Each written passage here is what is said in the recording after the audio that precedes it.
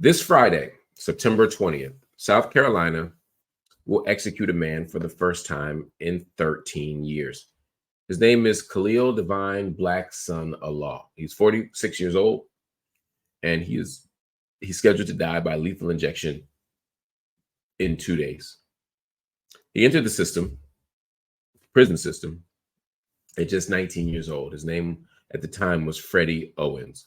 He was convicted of armed robbery and murdering a store cashier named Irene Graves back in 1997.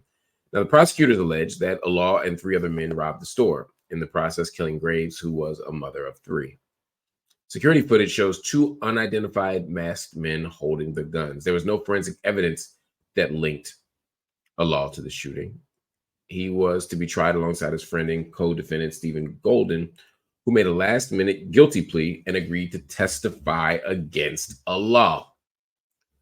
Allah has long denied shooting Graves, and just last month, the state's key witness alleged in an affidavit that he lied during the trial at the instruction of prosecutors, of course, he says. Allah's public defender says the sentence is based on, quote, trial court errors and the prosecution withholding evidence. So this is the story. And this is the brother, by the way, if you want to put a face to the name that has been lifted up in this tragedy for lots of reasons.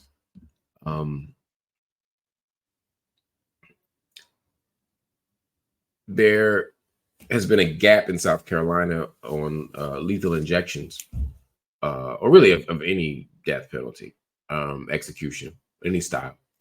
And the reason isn't because South Carolina got better at it. It's not because they got more principled or anything like that. They had trouble obtaining lethal injection drugs due to pharmaceutical companies' concerns that they would have to disclose that they had sold the drugs to officials. So again, nobody is saying no because it's wrong. The pharmaceutical companies like, we don't want people to know we the one that were responsible for killing this person.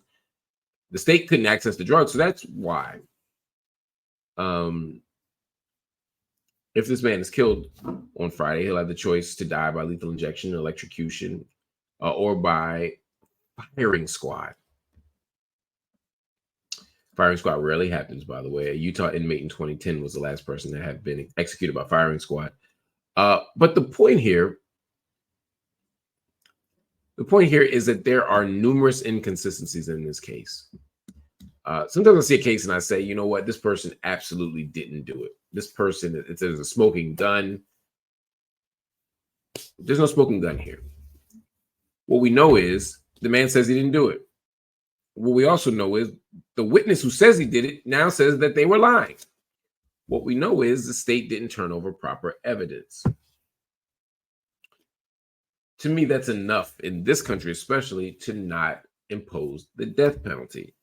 The truth is, we are not beyond all reasonable doubt that this man didn't do it. And this isn't some coy way of me saying I think he did it. I don't know whether he did it or he didn't do it. There's no smoking gun here, but what I do know is the evidence doesn't show that he did it. The evidence shows that there's reasonable doubt. Now, the man's already been convicted. Not executing him seems like a small ask. It seems like, hey, why just don't kill him. But South Carolina often engages in death penalty actions, not because they believe it's the only way to get justice, but because they know that other people believe that. And so there's a performance here, a performance of toughness, a performance of tough on crimeness. And that's what's going to lead to this brother potentially not making it. And look, some of y'all are like, look, somebody needs to die. Maybe they do. I don't believe that's the case. But even if somebody deserves to die, he's not it. And by we, I mean the American criminal legal system, we don't have the moral authority, the technological authority, or the empirical authority to be the ones doing it. In other words, no country that's enslaved these many people and murdered these many indigenous people has the right to decide who lives or dies as an official state practice, number one. Number two, we get it wrong way too much. Talking about 1% we get it wrong, 10% we get it wrong. What percentage would people be comfortable with getting it wrong? if you told me 1%, you're okay with 1 out of every 100 people being wrongfully killed by the state?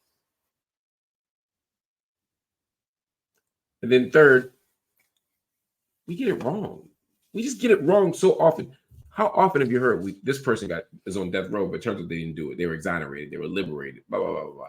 But what about those people who died?